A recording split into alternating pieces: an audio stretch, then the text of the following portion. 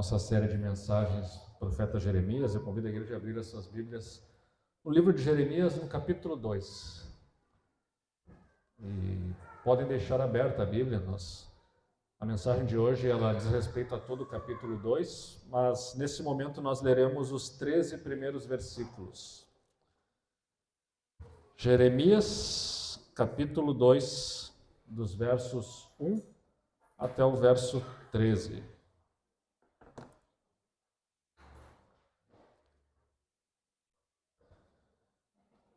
A igreja localizou a passagem?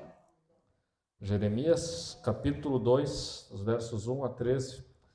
Diz assim, portanto, a palavra do Senhor. A mim me veio a palavra do Senhor dizendo: vai e clama aos ouvidos de Jerusalém.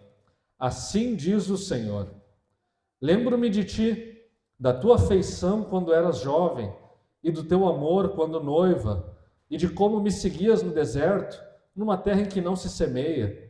Então Israel era consagrado ao Senhor, e eram as primícias da sua colheita. Todos os que o devoravam se faziam culpados. O mal vinha sobre eles, diz o Senhor.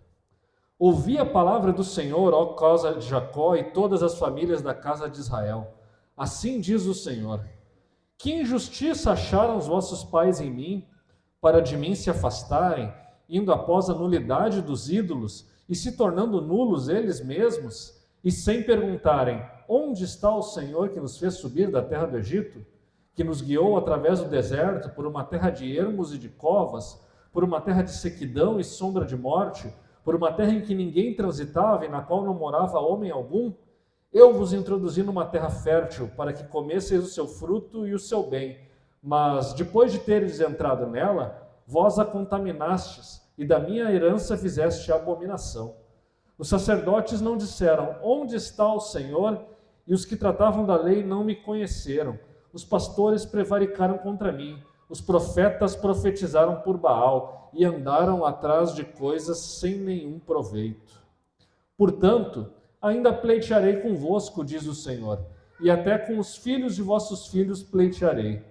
Passai as terras do mar de Chipre e vede, mandai mensageiros a Quedar e atentai bem, vede se jamais sucedeu coisa semelhante. Houve alguma nação que trocasse os seus deuses, posto que não eram deuses? Todavia, o meu povo trocou a glória por aquilo que é de nenhum proveito. Espantai-vos disso, ó céus, e horrorizai-vos, ficai estupefatos, diz o Senhor, porque dois males cometeu o meu povo. A mim me deixaram o manancial de águas vivas, e cavaram cisternas rotas que não retêm as águas. Até aqui a palavra do Senhor. A igreja pode tomar assento.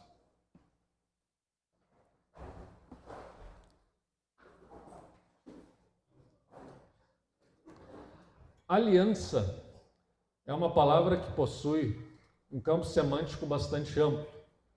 Ela pode pura e simplesmente significar o nosso anel, o anel de aliança que marido e mulher usam, mas ela também pode significar um acordo, um tratado. Ela pode simbolizar qualquer tipo de relação que envolve exigências, obrigações e exigências de fidelidade. Na Escritura, a palavra aliança, especialmente no Antigo Testamento, ela é usada diversas vezes. No Novo, ela também é mencionada. A Santa Ceia, inclusive, nós falamos do sangue da nova aliança que foi firmada por Jesus Cristo. O profeta Jeremias, em diversos momentos do seu livro, também fala da aliança, a aliança que Israel violou. E o capítulo 2, nós lemos aqui parte deste capítulo nessa manhã, o capítulo 2, ele não traz a palavra aliança, mas ele ilustra graficamente o que Israel estava fazendo em relação à aliança que o Senhor tinha com aquela nação, com aquele povo. E para fazer essa ilustração, veja, Jeremias ele vai dar a ideia de que Israel está violando a aliança, apesar de ele não mencionar nesse capítulo a palavra aliança. Nos capítulos seguintes ele vai começar a mencionar. Mas para ilustrar a violação da aliança que Israel está praticando, e assim lançar a acusação inicial, porque o capítulo 2 é uma acusação inicial de Deus contra o povo de Judá, para ilustrar essa violação, Jeremias lança mão aqui de principalmente duas figuras de linguagem. Em primeiro lugar, ele usa a analogia da noiva ou da esposa e o noivo. E em segundo lugar, ele também usa, segundo os estudiosos, a figura de linguagem dos tratados políticos e econômicos do mundo antigo. Mais ou menos como hoje os países fazem acordos comerciais ou acordos para pôr fim a alguma guerra. A única diferença desses acordos de hoje para os acordos do passado é que no passado esses tratados geralmente tinham uma nação muito mais forte e poderosa e uma nação muito mais fraca que era protegida pela nação mais forte. Ainda que isso exista ainda hoje, o fato é que isso é uma coisa muito mais atenuada. No mundo antigo, essa hierarquia ela era explícita e ela era admitida nesse tipo de tratado. E bom, Jeremias usa essa ilustração, assim como as potências estrangeiras faziam tratados, como os suceranos faziam tratados com países menores, que eram seus vassalos. Da mesma forma, Deus, soberano, criador de todas as coisas, infinitamente superior aos demais povos, fazia um tratado com o povo de Israel. Um tratado de sucerania e vassalagem, ou seja, Israel era vassalo do Senhor, que era o sucerano, e, portanto, ele era o protetor de Israel. Na relação de casamento entre marido e mulher, também havia no mundo antigo a questão hierárquica era muito mais forte do que hoje. Então, também o marido era encarado de uma maneira muito forte como o protetor da esposa, aquele que estava acima e que, portanto, dava as garantias, e havia também uma relação de fidelidade. Agora, em ambos os casos, se esperava que houvesse não apenas uma fidelidade formal, mas que essa fidelidade ela fosse autêntica. Ou seja, que houvesse até uma espécie de afeição, que o povo fosse sincero, tanto no seu relacionamento marido e mulher, como no relacionamento potência protegida por uma nação protegida por uma potência maior. Sinceridade e fidelidade eram a tônica da aliança. E Jeremias aqui, portanto, no capítulo 2, ele vai, vindo uma palavra da parte de Deus, ele vai lançar acusação sobre Israel. Israel não foi fiel a essa aliança que Deus firmou com a nação. E ele vai fazer toda uma recapitulação histórica, exatamente como acontecia no mundo antigo, quando um reino protetor protegia um reino inferior, e às vezes aquele reino inferior se rebelava contra o reino protetor. O rei daquele reino maior mandava uma comitiva para tentar levar aquele reino menor ao arrependimento e trazia uma mensagem. E nessa mensagem ele fazia uma recapitulação histórica, olha o que aconteceu, como nós fizemos aliança, mas aconteceu isso, isso e isso, e agora aqui eu tenho as testemunhas, né, do que vocês estão fazendo, e uma exortação para que houvesse uma mudança sincera de atitude e arrependimento, e do contrário, se isso não acontecesse, aquele rei mandaria os seus exércitos para impor uma disciplina militar e talvez até mesmo a destruição. E é exatamente aqui esse o teor da mensagem de Jeremias no capítulo 2. Ela foi escrita muito provavelmente, não dessa forma final, mas vários trechos delas são extratos de pregações de Jeremias nos primeiros anos do seu ministério. E nessa época, o rei era o rei Josias, um rei que, como eu mencionei de passagem na semana passada, era um rei considerado bom.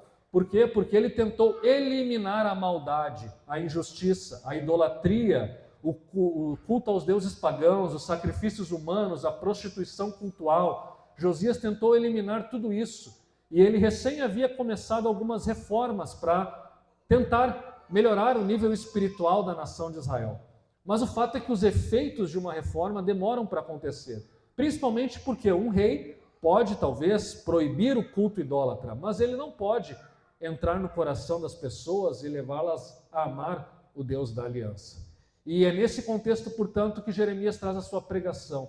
Um povo que durante décadas e décadas e décadas se acostumou a praticar idolatria, a adorar outros deuses, a cometer injustiça, a ter uma vida perversa e dissoluta, agora estava talvez em um processo de ouvir uma mensagem que o chamava ao arrependimento, e talvez essa mensagem pudesse ter um impacto de mudança de vida. Essa era a expectativa do profeta quando ele profere essas palavras. Então vamos ao texto bíblico propriamente dito, e nós poderíamos dividir o capítulo 2 basicamente em 6 pontos, 6 tópicos aqui. E eu vou mencionar esses 6 pontos de uma maneira um pouco mais resumida, porque o nosso tempo não permite entrar em muitos detalhes. Mas o primeiro ponto, os versículos 1 a 3, nos fala, portanto, a recapitulação do amor que Israel tinha por Deus e que Deus tinha por Israel quando eles entraram em aliança.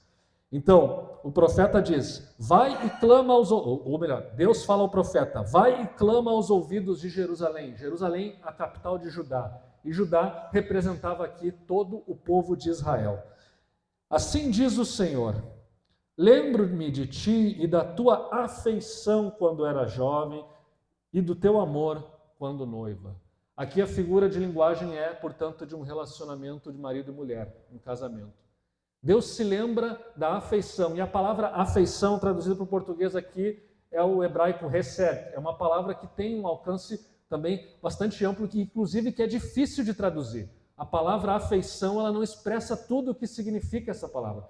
Ela fala de um amor, mas de um amor que tem a ver também com fidelidade. Deus tem hesed por nós, seu povo. O amor de Deus é fiel e Deus nunca abandona o seu povo. E Deus está dizendo aqui que Israel, quando Deus chamou Israel, tirou ele da escravidão do Egito, levou ele para um deserto, Israel tinha esse amor, ele tinha uma afeição, era tanto um sentimento, um desejo por Deus, mas também um coração disposto a servir a Deus com fidelidade, um coração disposto a ser fiel em todas as circunstâncias. Deus se lembra dessa ocasião, era como que um período da lua de mel de Deus com Israel. Os primeiros dias depois da travessia do Mar Vermelho, quando o exército egípcio pereceu no Mar Vermelho, que fechou sobre eles, o povo foi liberto da escravidão, e agora ele pertencia ao Senhor, o Senhor era o seu marido, e ele cuidava de Israel. Israel amava a Deus e Deus cuidava. Ele tinha um amor enquanto noiva, e aqui o termo noiva pode significar tanto esposa, mas também pode significar aquela que está se preparando para o casamento. E nós poderemos pensar aqui no período em que Israel foi lá do Egito até o Monte Sinai, quando então foi firmada formalmente uma aliança. Esse período em que Israel era noiva foi o período, digamos, áureo do relacionamento de Deus com o seu povo. O povo, tudo era novidade, tudo era lindo, tudo era belo. Apesar de estarem em um deserto, em lua de mel, aquele era o período de intimidade que Deus tinha com o povo de Israel. E Deus se lembra com carinho desse tempo. Esse tempo em que Israel almejava a sua presença. Ele conduziu, e ele dizia, você me seguia no deserto, uma terra que não se semeia. Era uma terra árida, era um lugar ruim. E no pleno deserto, Israel era fiel a Deus, Israel seguia a Deus. Deus conduzia Israel por um caminho que Israel não gostaria de estar, mas mesmo assim, Israel seguia a Deus com fidelidade. Israel, nessa época, portanto, era consagrado ao Senhor, eram as primícias da sua colheita, e todos os que devoravam se faziam culpados. Ou seja, Deus protegia Israel e, de fato, no livro de Êxodo nós vemos que alguns povos se levantam contra Israel e Deus destrói esses povos completamente. Porque Israel era primícia, era aquela noiva, a esposa de Deus protegida, absolutamente protegida por ele. Deus garantia a segurança de Israel e Israel, por sua vez, amava a Deus com todo o seu coração e o servia com fidelidade. Ela tinha, portanto, esse amor fiel. Era o primeiro amor, expressão essa que aparece depois no Apocalipse, né, para falar da igreja, mas era o primeiro amor que Israel tinha por Deus. Era um amor maravilhoso e isso Deus, por meio do seu profeta agora, faz com que o povo lembre-se desse período. Já haviam se passado quase 1000 anos desde que Israel saiu do Egito. Isso foi por volta do ano 1400, talvez, e agora aqui nós estamos no ano 600 e alguma coisa, passaram-se quase 800 anos. Muito tempo havia se passado e Deus quer que a nação relembre que houve um período em que eles foram felizes e que havia fidelidade. Mas agora a situação mudou. E aqui vem o segundo ponto, a partir do verso 4, quando Deus então traz uma palavra, também uma palavra para relembrar a história de Israel, mas para relembrar dos períodos sombrios do seu relacionamento com Israel. Ouvi a palavra do Senhor, ó casa de Jacó, e todas as famílias da casa de Israel, porque assim diz o Senhor: que injustiça acharam os vossos pais em mim, para de mim se afastarem, indo após a nulidade de ídolos e se tornando nulos eles mesmos. Deus, portanto, não está aqui falando simplesmente do povo daquela época em que o profeta Jeremias está pregando, ele está falando dos pais, dos antepassados. Ou seja, o amor fiel de Israel pelo Deus verdadeiro não durou muito tempo. Algum tempo depois, os pais daquela geração entregaram à idolatria, ou seja, eles violaram a aliança e foram atrás de outros deuses, de falsos deuses. E assim eles foram infiéis, a infidelidade, portanto a figura do casamento, a figura da infidelidade no casamento. É como se Deus estivesse dizendo assim, que maldade que eu fiz para que os pais de vocês me abandonassem, me traíssem e colocassem outros deuses no meu lugar? Eu fui um marido mau? Eu fui uma pessoa mal, perversa? A resposta, obviamente, é não. Mas Deus faz essa pergunta retórica para o povo de Israel: o que eu fiz? O que eu fiz para que Israel tão cedo se entregasse a outros amores? E eles já não perguntam, onde está o Senhor que nos fez subir da terra do Egito? Ou seja, Israel já não tem mais memória dos tempos bons. Ele não tem mais memória nem lembrança de que ele, a nação de Israel, era um povo que era escravo e que foi liberto por Deus, pelo seu marido. Essa lembrança passou, ela sumiu da mente de Israel. E se fosse aqui também a figura de linguagem, ela permite, essas expressões permitem também interpretar como uma figura de linguagem de um tratado político, é como se a nação poderosa diz, olha só, eu te dei uma situação melhor, libertei-te da escravidão, te dei vida plena e te dei proteção, mas agora tu me abandona e procura outros tipos de alianças que inclusive que me contrariam, você não é mais fiel à aliança que nós firmamos aqui. O que aconteceu é que vocês esqueceram de todos os benefícios que vocês conquistaram com essa aliança? E agora estão procurando alianças novas? E Deus relembra, olha, o Deus de Israel, ele nos guiou através do deserto, por uma terra de ermos e covas, por uma terra de sequidão e sombra de morte, uma terra que ninguém transitava e na qual não morava homem algum. Assim era o deserto, assim foi o caminho que Israel peregrinou. Deus fez com que Israel subsistisse nesse lugar, Deus deu comida, Deus deu água, Deus proveu tudo o que fosse necessário para que Israel subsistisse naquele período. E mesmo assim, Israel se esqueceu de todos os milagres, de todo o sobrenatural, de todo o sustento que Deus proveu. E quando Deus tira Israel daquele deserto, aquele lugar de morte, aquele lugar que ninguém vivia, quando Deus tira a nação de lá e coloca a nação num lugar bom, numa terra fértil e, portanto, num lugar próspero, quando as coisas começam a ir bem, quando aquela aliança parece que agora sim ela vai triunfar, porque agora as promessas estão se cumprindo, agora a qualidade de vida melhorou, agora as dificuldades para manter a subsistência sumiram. Quando isso acontece, quando a expectativa de melhora convém, na verdade Israel se desvia completamente. Israel é introduzido numa terra fértil para dar fruto, mas depois de entrar nela, eles contaminaram a herança e fizeram abominação. E como eles fizeram isso? O verso 8 nos diz, os sacerdotes, os líderes espirituais da nação, aqueles que deveriam conduzir o povo em fidelidade à aliança, os sacerdotes, ao invés de procurar a Deus, ou seja, de conhecer a Deus, de servir a Deus, de adorar a Deus, ao invés de perguntarem onde está o Senhor, eles não conheceram. Os que tratavam da lei não me conheceram. E conhecer aqui não é, eu conheço a Escritura, eu conheço a lei de Moisés, eu sei o que eu tenho que fazer, mas o conhecer aqui é relacionamento, intimidade. Os sacerdotes, os líderes espirituais, aqueles que deveriam conhecer a Deus para conduzirem o povo a esse conhecimento de Deus, eles mesmos não conheceram a Deus. Eles não tinham relacionamento com Deus, eles não sabiam quem de fato Deus era. E por não conhecerem a Deus, os líderes políticos, aqui chamados de pastores, prevaricaram contra Deus, ou seja, agiram de uma maneira irresponsável e permitiram que o povo praticasse idolatria. Os próprios profetas que deveriam transmitir os oráculos de Deus já não transmitiam mais os oráculos de Deus, mas os oráculos de Baal. Os pastores prevaricaram contra mim e os profetas profetizaram por Baal e andaram atrás de coisas sem nenhum proveito. Baal é a divindade cananeia, o deus da fertilidade. É aquela divindade que todos os povos ao redor de Israel cultuavam debaixo de uma árvore frondosa, grande e verde, nos montes, nos altos, como são chamados no Antigo Testamento. E ali, em homenagem a Baal, eram praticados atos sexuais, sejam heterossexuais ou homossexuais, em homenagem a Baal, para que assim ele mandasse chuva sobre a terra, para que as mulheres pudessem engravidar, terem filhos e assim houvesse prosperidade. Baal era uma divindade que as pessoas recorriam para serem prósperos.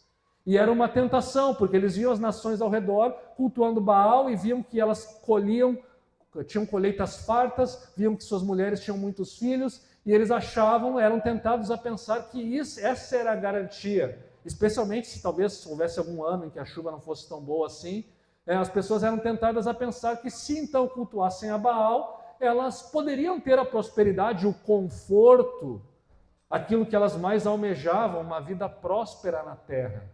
E por isso, não muito depois de entrar em Canaã, o povo cede a essas tentações, a essas pressões dos povos ao seu redor e passa a cultuar esses falsos deuses.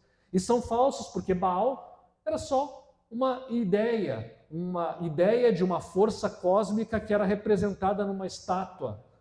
E essa força cósmica apenas refletia os caprichos e a perversidade do coração humano.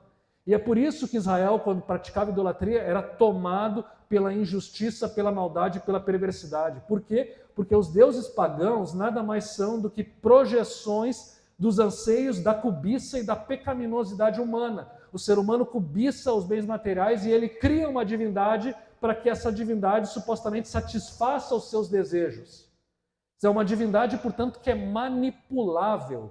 O ser humano sempre tem no seu desejo cultuar um Deus que possa ser manipulado.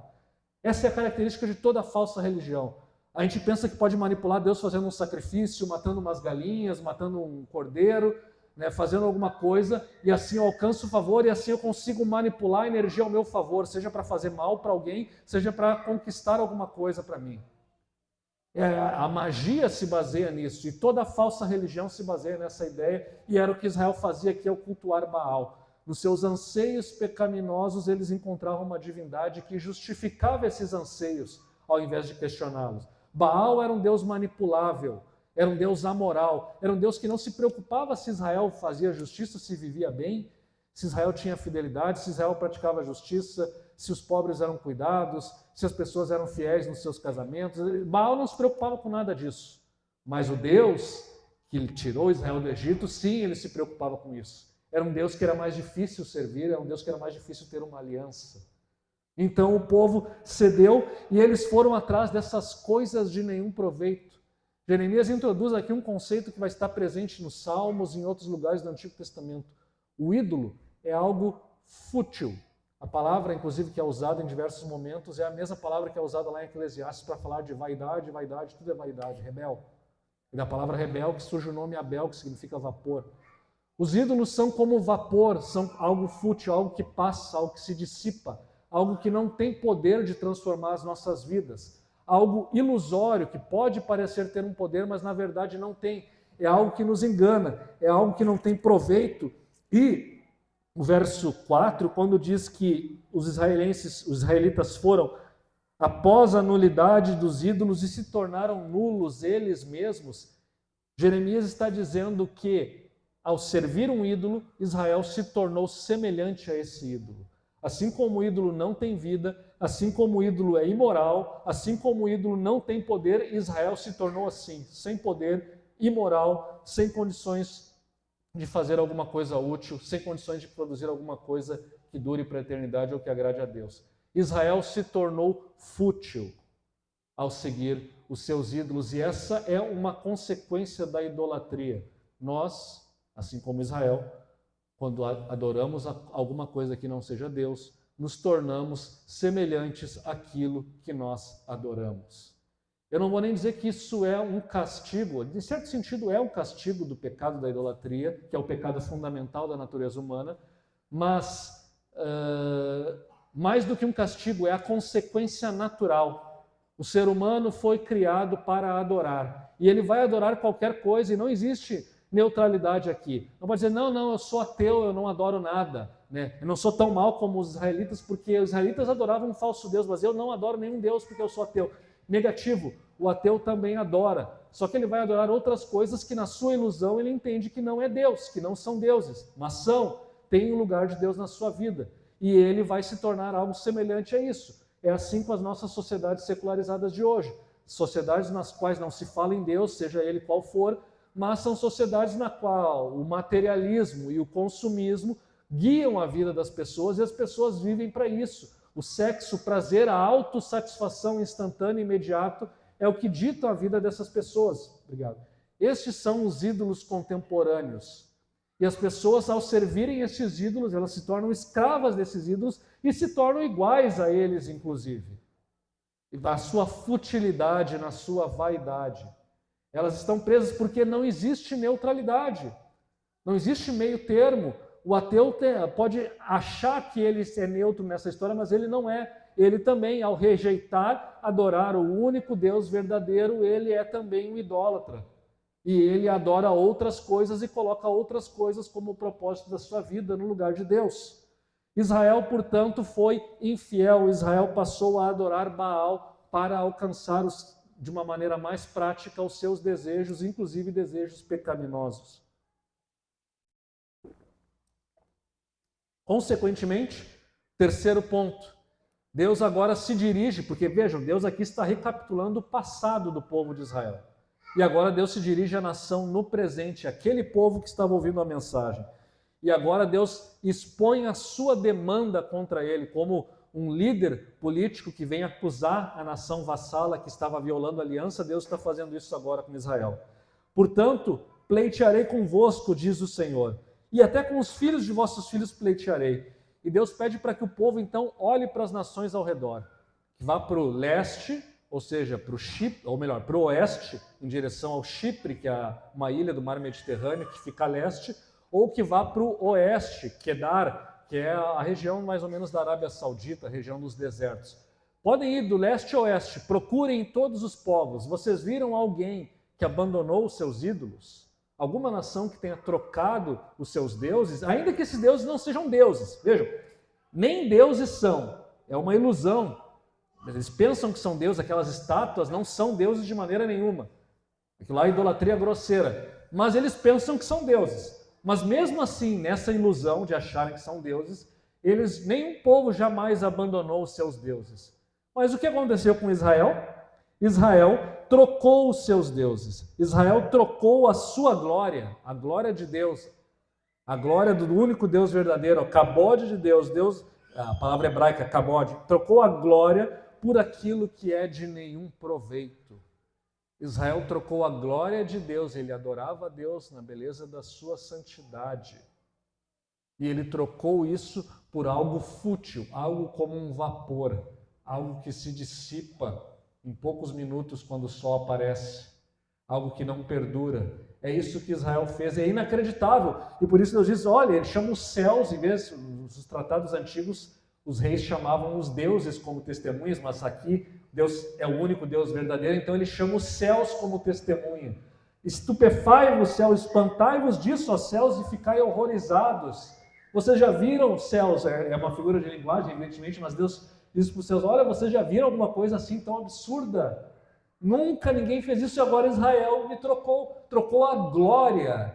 Israel tinha acesso ao Deus glorioso e trocou por imagens ocas, mortas, vazias, fúteis, inúteis, imorais.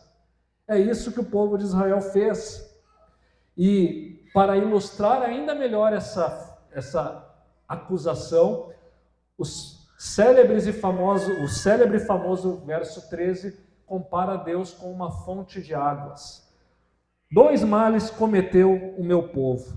A mim me deixaram um manancial de águas vivas e cavaram cisternas rotas que não retêm águas. O que o profeta está querendo dizer aqui, para nós pode parecer um pouco estranho, mas no mundo antigo o povo entenderia isso imediatamente. Na Palestina, na terra de Israel, a fonte de água, a água viva é aquela fonte que brota da água, a água corrente. É uma água pura, é uma água que por estar corrente, é uma água limpa, é uma água que está sempre sendo renovada, por isso é chamada de água viva. O povo de Israel abandonou uma fonte, o povo de Israel tinha uma fonte de água viva, ou seja, ele poderia saciar a sua sede, ele poderia ter a satisfação plena e perfeita existencial no Deus da aliança. Ele tinha isso à disposição. Mas o que o povo de Israel fez? Ele abandonou essa fonte de água pura, límpida e viva e resolveu, não, vamos pegar a água em outra fonte. Nós vamos fazer o seguinte, vamos cavar uma cisterna. A cisterna era numa rocha. Eles cavavam um buraco na rocha para colher a água da chuva. E aí eles bebiam a água da chuva. Só que vejam bem, beber a água da chuva era sim uma solução emergencial, só para quando não se tem uma fonte de água viva, uma fonte de água corrente. Por quê? Porque a água da chuva cai na pedra e aquela água ali ela começa a ficar estancada, parada. No Brasil daria dengue, inclusive. Mas ela fica ali e começam a aparecer vermes, começam a aparecer algas, ela fica com um sabor ruim. É uma água de qualidade horrível, né? A água que fica armazenada na cisterna para armazenar a água da chuva. Não é uma água boa, especialmente numa época em que não havia como purificar e limpar a água. E para piorar ainda, quando se cavava cisternas, era muito comum, até pelo sol, eles botavam um material ali para isolar, para a água não vazar. Mas era muito comum que essa cisterna, com o passar do tempo, ela rachasse e, portanto, ela não retivesse a água. E a pessoa ia lá depois da chuva, pensava que ia encontrar água armazenada e não tinha água porque a água foi pela fenda da rocha. E foi exatamente isso que Israel fez. Ele deixou uma fonte maravilhosa de água e pensou, não, eu vou dar um jeito, eu vou cavar aqui, vou tomar água da chuva mesmo. Só que a cisterna que ele cavou ainda estava rachada. E nem mesmo aquela água podre e desagradável, cheia de algas e vermes da chuva acumulada, nem mesmo aquilo sobrou para Israel. Só sobrou um restinho de poça de água, porque a cisterna que eles cavaram estava fechada. Isso, portanto, ilustra o absurdo da atitude de Israel, o absurdo da idolatria, o absurdo da violação da aliança. Eles abandonaram tudo aquilo que poderia mantê-los vivos, que lhes daria sustento, que lhes daria vida plena, e em troca fizeram algo que não tem valor e que não tem poder para os sustentar, para os manter vivos, para os manter devidamente hidratados para continuarem suas vidas. Essa é a acusação fundamental de Deus contra Israel e talvez, muito provavelmente, o cerne do capítulo 2. Foi isso que Israel fez. Abandonou a fonte de vida e escavou uma fonte que não pode lhe dar a vida. E ele deu as costas para Deus, ele abandonou.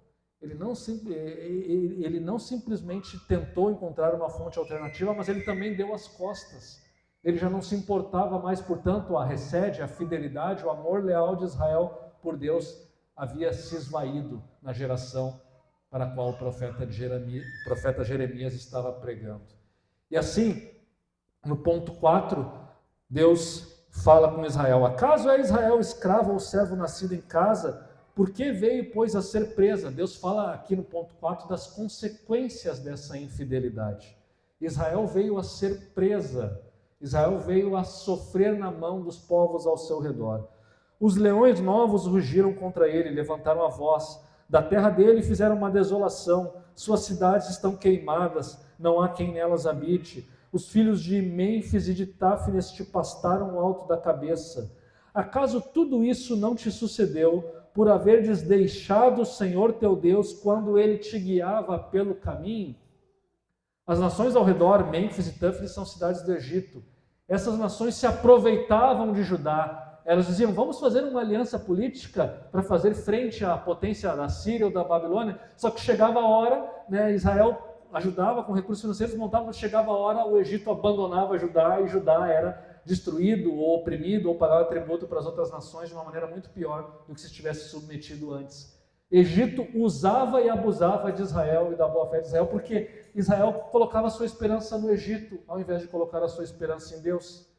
E as cidades de Israel estavam destruídas, o povo já não tinha vida plena, e tudo isso era consequência do pecado e consequência de uma só coisa: Israel abandonou Deus. Isso tudo estava acontecendo como consequência do pecado de Israel. Eles deixaram o Senhor quando ele guiava pelo caminho. Deus era um guia e um guia seguro para o povo de Israel. Mas o povo de Israel rejeitou esse guia, ele não queria mais ter essa aliança com Deus. E Deus pergunta agora: que lucro terás indo ao Egito para beberdes as águas do Nilo? Ou indo à Síria para beberdes as águas do Eufrates? A Síria e Egito eram duas potências, uma ao norte, uma ao sul. Na época de Josias, eram essas as duas nações e haviam outras ao redor tentando se sobrepor. Israel ficava ali, ora os reis apoiavam ou se submetiam à Síria, ora eles procuravam ajuda do Egito para se rebelar contra a Síria, mas Deus está dizendo: que proveito tu acha que vai ter indo até o Egito? Ou que proveito tu acha que tu vai ter indo até a Síria? Tu acha que eles vão te livrar? Tu acha que vai ter uma vida plena? E essas alianças políticas que Israel fazia com o Egito e a Síria significavam também que Israel seria obrigado a cultuar os deuses do Egito e da Síria. Fazia parte da aliança política. Os tratados eram feitos com os deuses como testemunha em homenagem a esses deuses que inclusive deveriam ser adorados. Israel, portanto, comprometia a sua fidelidade a Deus para alcançar objetivos econômicos e políticos, para prosperar e para ter aliança com as nações ao redor. Israel tinha mais medo das nações do que medo de Deus, e por isso ele comprometia a sua fidelidade à aliança para poder ter uma boa convivência com essas nações. E Deus diz, não adianta, tudo isso que está fazendo Israel não vai adiantar. Judá, não adianta tu mandar representantes lá e tentar ser diplomático. A tua malícia te castigará, as tuas iniquidades te repreenderão. Sabe, pois, e vê que quão mau e amargo é deixares o Senhor teu Deus, e não teres temor de mim, diz o Senhor dos exércitos. O Deus de Israel é o Senhor dos exércitos, ele é mais poderoso que a Síria, ele é mais poderoso que o Egito, ele é mais poderoso do que qualquer Deus, que nem sequer Deus é, esses outros deuses. Ele tem todo o poder sobre todas as coisas. E Israel, ao invés de temê-lo, porque o fundamental seria temer o Senhor dos Exércitos, Israel não teme o Senhor. E nós sabemos que o princípio da sabedoria para a vida é o temor do Senhor. Quando deixamos de lado esse temor, a nossa vida desanda, assim como a vida da nação de Israel desandou.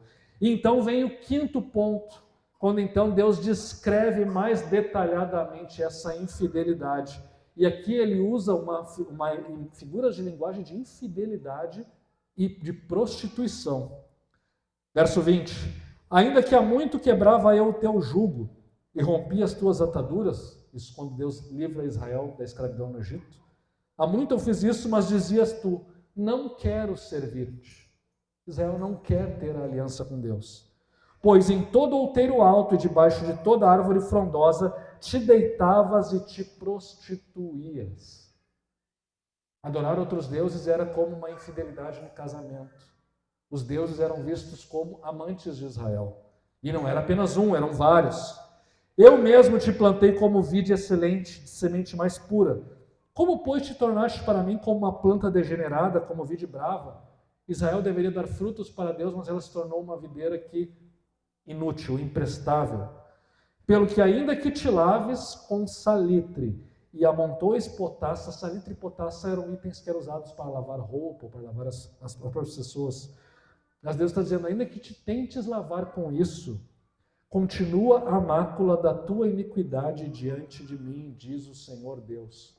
E por quê? Porque provavelmente essa tentativa de se limpar de Israel era meramente cerimonial. Era simplesmente ir no templo, oferecer um sacrifício. Não havia arrependimento em Israel. Israel achava que poderia fazer alguma coisa básica e se limpar e dizer, não, está bem, está tudo bem. Não, está tudo bem, como se eu não tivesse cultuado falsos deuses. A mancha do pecado de Israel não se podia apagar, não importa o que Israel fizesse. Israel precisava de alguém que apagasse essa mancha do seu pecado. E precisava, na verdade, também de verdadeiro arrependimento. E Deus está dizendo, olha, não adianta, isso que vocês estão fazendo não vai ser suficiente. Como podes dizer, e aí vem a cara de pau de Israel, como podes dizer, não estou maculada e não andeis após os Balaíns? Balaíns é Baal no plural, as várias divindades de Baal, né? E que cada cidade tinha um Baal, Baal isso, Baal aquilo, né? É como, às vezes, algumas religiões, né, que tem o santo com vários nomes, a mesma cidade, mas é o mesmo santo. Aqui, Baal a mesma coisa, o Baal de cada cidade. Vocês andam atrás dos Baalins, e vocês dizem, não fiz nada demais. Não, eu estou limpo, eu estou puro, eu não fiz nada de errado. Eu estou dizendo, mas vocês são muito cara de pau. Vocês são muito cara de pau. Vocês vão atrás desses deuses e dizem que não tem nada demais, que não fizeram nada de errado, que vocês estão limpos. Olha o teu rastro no vale, reconhece o que fizeste.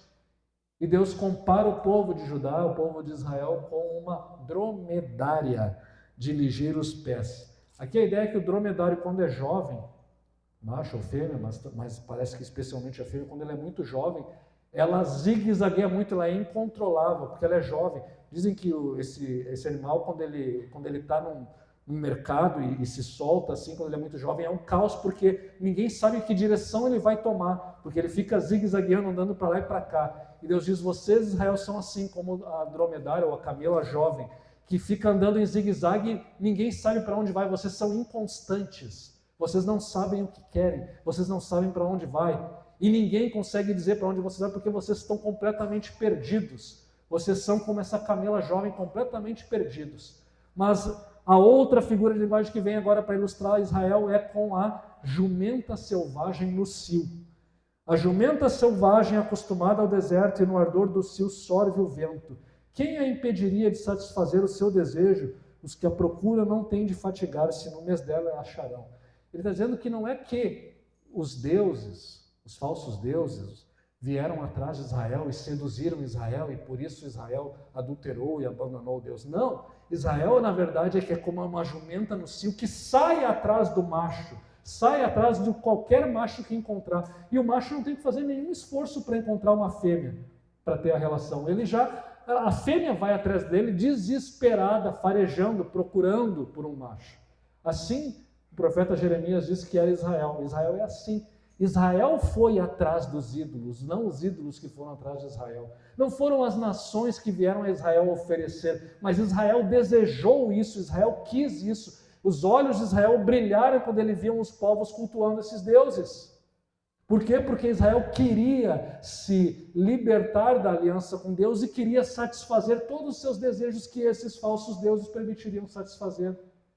Israel, portanto, é como essa jumenta selvagem que vai e quer e busca, portanto, a imoralidade e busca a idolatria. E Deus diz, guarda-te que teus pés andem desnudos e a tua garganta tenha sede. Porque enquanto Israel peregrinava no deserto, Deus preservou a nação e deu a ele calçado que nunca se gastou, e deu à nação água para que eles não tivessem sede. Mas agora, eles estão por conta, e andam de pé descalço, a garganta tem sede, mas mesmo assim eles dizem, mas tu dizes, Deus fala para Israel, não, é inútil, porque eu amo os estranhos e após eles irei.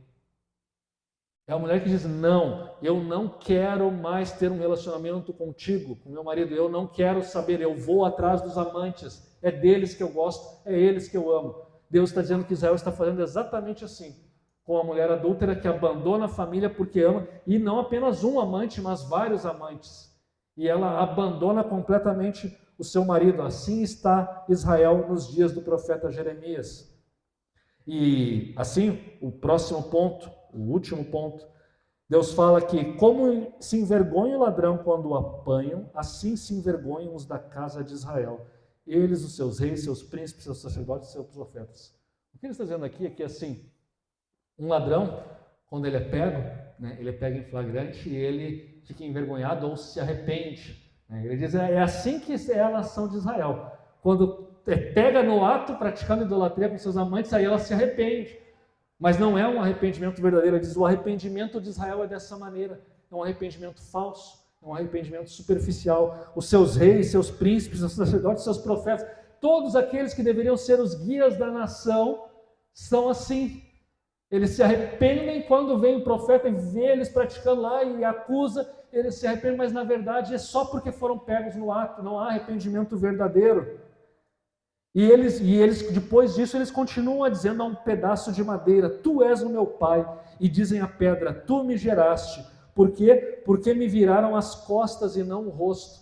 Virar as costas e não o rosto, o que significa? Porque virar o rosto, quando adorava-se a divindade, ou adorava o Deus no seu santuário, as pessoas viravam o rosto para não olhar a Deus diretamente, porque elas entendiam que não podiam contemplar a glória de Deus. Então, era normal na adoração no mundo antigo as pessoas desviarem o rosto da face da glória de Deus, mas simbolicamente. Agora, eles não viraram o rosto em expressão de adoração, eles viraram as costas em expressão de desprezo e abandono. Eles viraram as costas para Deus, eles não simplesmente temem cultuar um Deus santo, mas eles abandonaram a Deus e deixaram ele para trás. Vocês me viraram as costas e não o rosto. Aí, vindo a angústia, quando vêm as nações ao redor e atacam Israel e queimam as cidades, aí vocês dizem, levanta-te, livra-nos. Mas aí Deus pergunta, onde estão os deuses que para ti mesmo fizeste? Eles que se levantem, se podem te livrar no tempo da tua angústia, porque os teus deuses, ó Judá, são tantos quanto as suas cidades. Cada cidade tinha lá o seu Baal, O Baal isso, o Baal aquilo, o Baal aquele outro, o Baal aquele outro, o Baal daquele outro, o Baal que fez aquilo, o Baal... E cada um tinha uma historinha que o Baal fez um milagre, não sei o que, o Baal deu... Aqui o Baal apareceu de uma maneira, aqui o Baal deu a chuva de tal maneira, aqui o Baal fez com que uma mulher estéril desse à luz, né? Cada cidade tinha uma historinha diferente para o Baal e o Baal ganhava uma variação, né? Mas assim era Judá, cheio de ídolos Baals, tanto quanto as cidades. E cadê esses deuses agora na angústia? Por que esses Baals agora não se levantam para levar? E Deus diz, clame a eles. Não venham clamar a mim agora, clame a eles. Eles que libertem vocês. E assim, Deus vai encerrar a sua acusação, de alguma maneira já replicando a possível defesa de Israel. Porque Israel poderia dizer assim, olha, tá bom, não está muito bom, não está muito bom, mas assim, não é tão ruim. Nós não estamos assim tão perdidos, o profeta está exagerando, Jeremias está exagerando, tu está exagerando, Deus, eu não sou tão infiel assim, a coisa não é tão grave, e não, tu está sendo injusto conosco, Senhor, e na verdade nós estamos sofrendo e sofremos ao longo da história porque tu não fosses fiel. Israel poderia responder essa acusação de Deus dessa maneira, e assim Deus responde a Israel dizendo o seguinte, por que contendeis comigo? Por que vocês ainda tentam se defender? Por que vocês tentam ainda argumentar contra mim? O que vocês querem argumentar? Por que vocês fazem isso? Vocês transgrediram contra mim, diz o Senhor. Em vão eu castiguei os vossos filhos, eles não aceitam a minha disciplina. A vossa espada devorou os vossos profetas. Vocês matam os profetas ao invés de ouvir a mensagem deles quando eu os envio.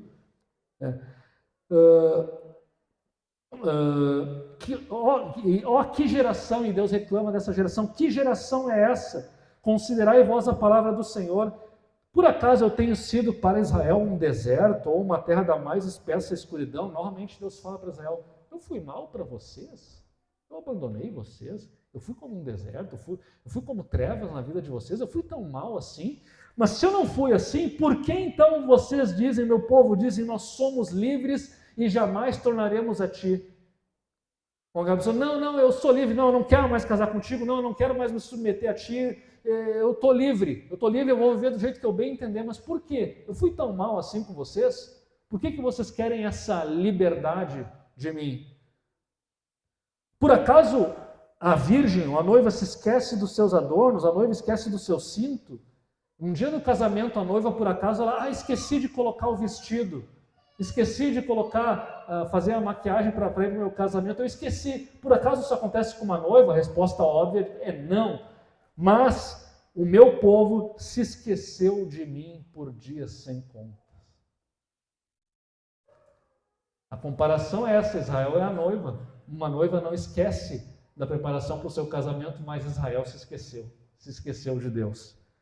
E portanto, Israel, em tudo isso, em toda a sua infidelidade, Deus diz, olha, a coisa é tão ruim que tu mesmo dispões os teus caminhos para buscares o amor, ou seja, tu planeja meticulosamente.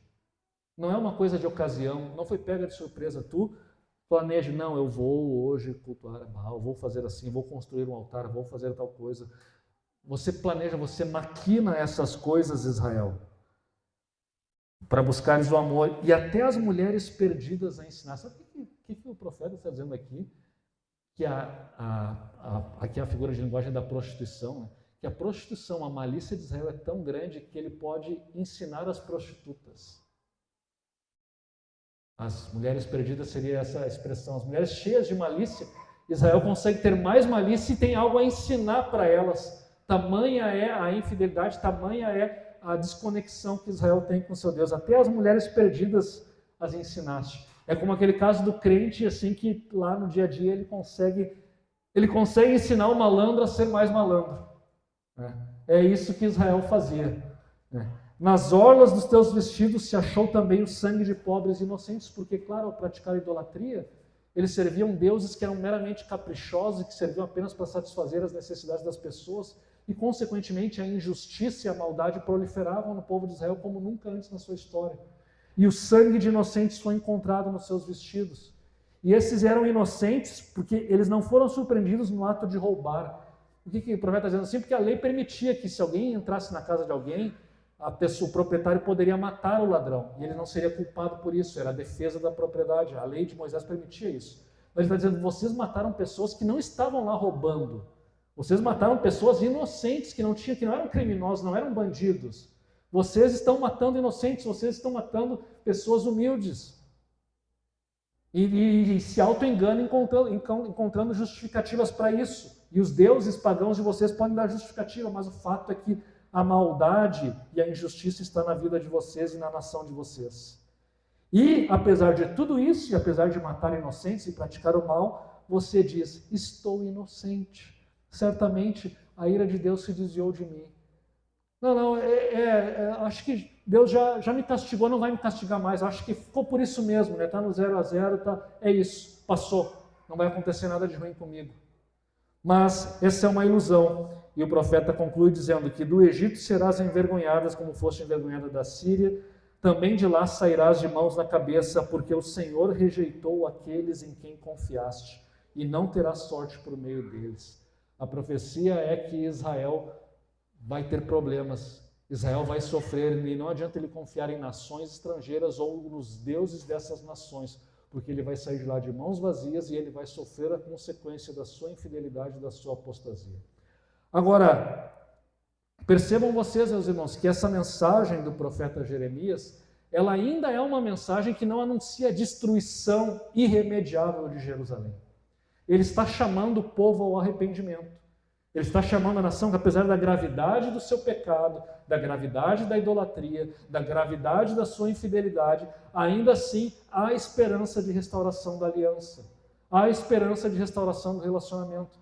Deus ainda tem esperança. Israel deve se arrepender, abandonar o seu pecado, abandonar os seus amantes, abandonar os falsos ídolos, se submeter à aliança que ele tem com Israel, lembrar dos tempos passados, lembrar daquele amor que ele tinha pelo Deus, e assim voltar a viver na relação de fidelidade e aliança e voltar a ter aqueles dias felizes, quando ele foi guiado por Deus no deserto.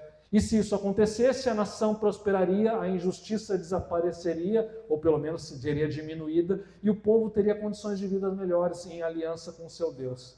Esse é o chamado do profeta Jeremias.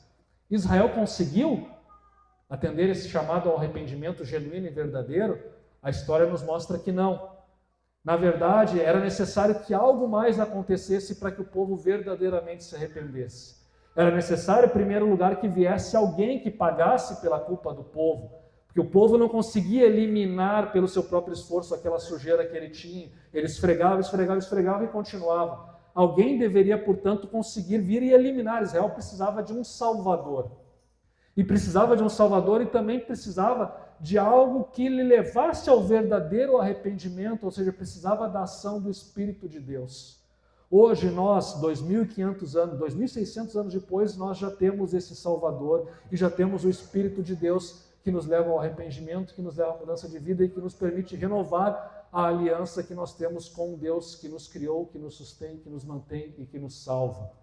E assim eu quero encerrar a mensagem de hoje com 4 aplicações que podemos tirar de Jeremias 2.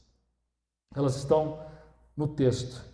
E a primeira delas nos lembra, e portanto, assim como Israel era chamado a lembrar do recede, do amor, da fidelidade que ele tinha para com Deus nos seus primeiros dias, nós também hoje somos chamados a lembrarmos do nosso primeiro amor. Vocês lembram o primeiro amor quando vocês conheceram a Cristo, conheceram Jesus, desejaram entregar sua vida para Ele, servi-lo em fidelidade? Quando vocês amavam estar na sua presença, na sua casa, cultuando, adorando, ouvindo a palavra de Deus, cantando, lendo a Escritura, orando. Quando vocês abriam mão de muitas coisas, de muitos entretenimentos que o nosso mundo é muito hábil em criar. Quando nós abríamos mãos, às vezes, de relacionamentos que eram ruins para o nosso relacionamento com Deus. Quando nós estávamos dispostos a sofrer o que fosse necessário para sermos fiéis a Deus. Vocês lembram desse tempo? Esse tempo ainda é atual na vida de vocês? A mensagem de Jeremias nos faz lembrar desse tempo e todos nós tivemos um tempo assim. Todos nós tivemos um tempo em que as verdades do Evangelho tinham uma força, um impacto. Eram tempos de avivamento, era como a nossa lua de mel com Deus. Tivemos tempos assim. Talvez ainda tenhamos, mas a palavra de Deus hoje nos chama, em primeiro lugar, a relembrar desse tempo, relembrar desse passado e clamar a Deus para que Ele, por meio do seu Espírito, avive em nós esse amor, essa fidelidade, esse recede, esse amor fiel ao nosso Deus, Criador, Sustentador e Salvador. Enche o nosso coração de alegria e desejo pela sua presença. Essa é a primeira aplicação. Afeição profunda, desejo de estar junto, desejo de agradar ao Senhor. É isso que precisamos antes de qualquer coisa no mundo em que vivemos. Segunda aplicação, diz respeito à futilidade da idolatria. Os ídolos não podem nos ajudar e não podem nos salvar. Eu não vou entrar muito nessa aplicação, porque ao longo das próximas semanas, Jeremias vai novamente tratar desse assunto, e vai de novo, e de novo, e de novo, porque a idolatria é o pecado fundamental da humanidade e era o pecado fundamental de Israel. E com a idolatria começam todos os outros pecados, porque nós deixamos de amar a Deus acima de todas as coisas, isso é idolatria, por falhar nesse primeiro mandamento. Nós falhamos em amar o próximo e guardar a lei de Deus e tudo mais que vem em decorrência disso. Então a idolatria, meus irmãos, é o pecado fundamental. E se nós podemos pensar assim, não, eu não adoro. Essa coisa de adorar imagens é uma coisa muito primitiva, grosseira. Achar que uma imagem tem algum poder, que acontece alguma coisa se eu me curvo diante dela, isso é irracional, eu não pratico isso. Eu concordo com você que é irracional e que não faz sentido, mas a idolatria não consiste apenas em se curvar diante de imagens, de falsos deuses. A idolatria se constitui em colocar a nossa esperança última em coisas criadas por Deus, ou até mesmo em outras pessoas. Às vezes os grandes líderes do mundo antigo se diziam deuses e exigiam ser adorados. César em Roma, né? E também alguns deuses, Nabucodonosor na Babilônia em algum período, né? E outros na Pérsia, isso acontecia também. Mas os homens não são deuses, os animais não são deuses, a criação, nada na criação é Deus, a Mãe Terra não é Deus e ela não existe como personificação e nem como força à parte de Deus. Nada disso é Deus e nada disso pode tomar o lugar de Deus e, portanto, as nossas coisas, as coisas que desejamos, almejamos, os anseios, o bem-estar, o conforto, os prazeres, a riqueza, a reputação, a honra. Muitas vezes colocamos a esperança última da nossa vida nessas coisas, mas a Escritura nos lembra que essas coisas, ainda que possam ter algum valor na nossa vida cotidiana, no uso correto, de acordo com a vontade de Deus, elas em si não têm poder nenhum de salvar, e quando elas se tornam ídolos, elas se tornam destrutivas. E a consequência disso é que nós, ao cultuá-las, vamos destruir também nossas vidas. Por que vamos destruir nossas vidas? Porque essas coisas não têm o poder de dar a felicidade que nós estamos buscando. Então, quando eu idolatro a minha família, o meu casamento, minha esposa, o meu filho, eu vou me decepcionar com a minha esposa, com o meu filho, com a minha família, porque eles não vão dar aquilo que eu desejo, que eu penso que eles podem dar. Eles não têm esse poder de dar a satisfação plena de todos os meus anseios na minha vida. E aí eu me decepciono, e aí eu me desiludo. E aí eu começo a exigir deles coisas que não deveriam exigir, porque eu quero uma satisfação que, em última instância, somente o próprio Deus pode dar. E isso também acontece com as posses, com o dinheiro, com o poder, e poderia dar muitos outros exemplos, com o sexo e muitas outras coisas. Buscamos e temos a ilusão, se eu tiver aquela roupa, agora eu vou ser feliz, se eu tiver aquele parceiro sexual, agora sim eu vou estar satisfeito, se eu tiver aquela casa na praia, agora sim minha vida vai mudar completamente. E colocamos isso como se fosse o objetivo de vida, mas quando alcançamos nós vemos que isso era fútil, era enganoso. Isso não resolveu o nosso problema. Então, a palavra de Deus nos alerta, se formos atrás de falsos ídolos, nos tornaremos fúteis e inúteis como eles, estaremos abandonando a glória de Deus. Então, avalie sua vida, veja quais substitutos você tem para Deus e abandone-os. Terceira aplicação é que Deus nos chama ao arrependimento. Deus chamou Israel ao arrependimento e Israel recusou o arrependimento. Não quis mudar de vida. Não quis servir a Deus em aliança e fidelidade.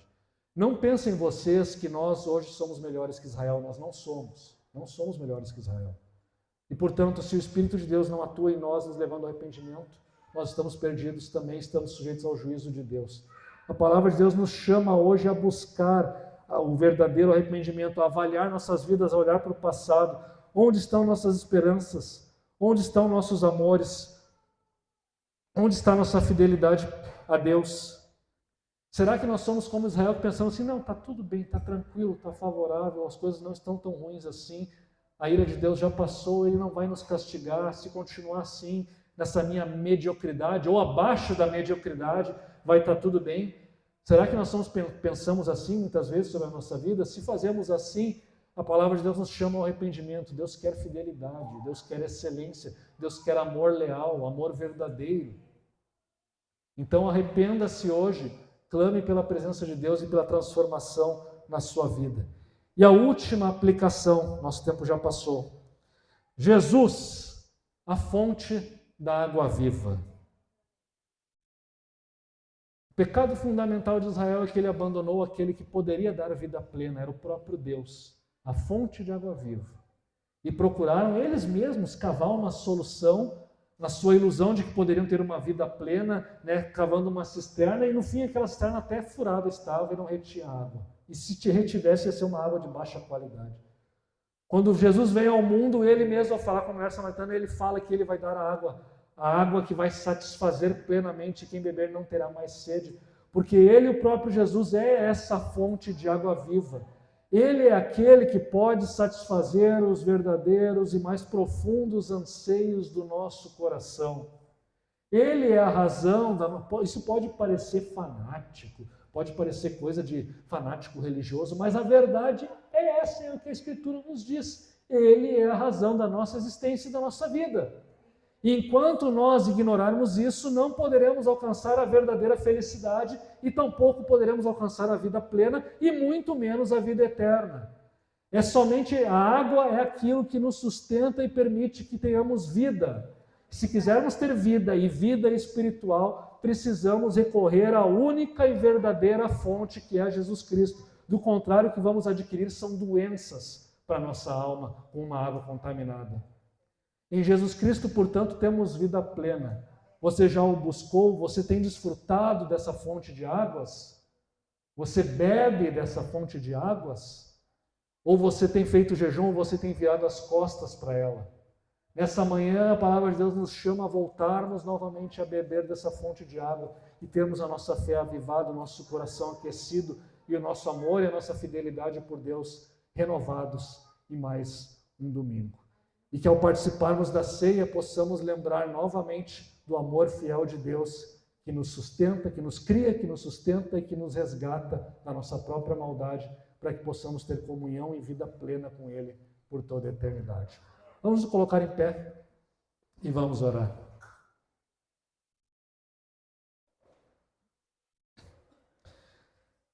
Deus eterno e Pai amoroso, louvamos o Teu nome, Senhor, nessa manhã em que ouvimos a Tua palavra. A Tua palavra é poderosa, ela fala conosco, ela nos chama ao arrependimento. E nós sabemos, Senhor, que em muitos momentos da nossa vida somos como Israel, como o povo de Israel. Falhamos na fidelidade, damos as costas a Ti, damos as costas à aliança que temos contigo. Não guardamos os Teus mandamentos, não desejamos fazer a Tua vontade, desejamos mais as coisas que os falsos deuses da nossa era nos oferecem. Mas nessa manhã, Pai, a Tua palavra nos chama ao arrependimento. E, portanto, que o Teu Espírito Santo fale aos nossos corações, nos transforme, nos leve ao verdadeiro arrependimento, nos leve à verdadeira mudança de vida, nos leve, Senhor, à renovação da nossa aliança contigo, a renovar os nossos laços de aliança, Senhor. Renovar o nosso amor, que seja um amor fiel, assim como é o Teu amor para conosco, assim seja o nosso amor para contigo, Senhor. Fortalece-nos, Senhor, em nosso dia a dia, fortalece-nos em nossa caminhada. E ao manifestarmos esse amor por Ti, o mundo, Senhor, veja a Tua glória refletida em nós e assim também possa se juntar a nós em adoração a Ti, que é o único Deus vivo e verdadeiro. É em nome de Teu Filho Jesus que nós oramos. Amém.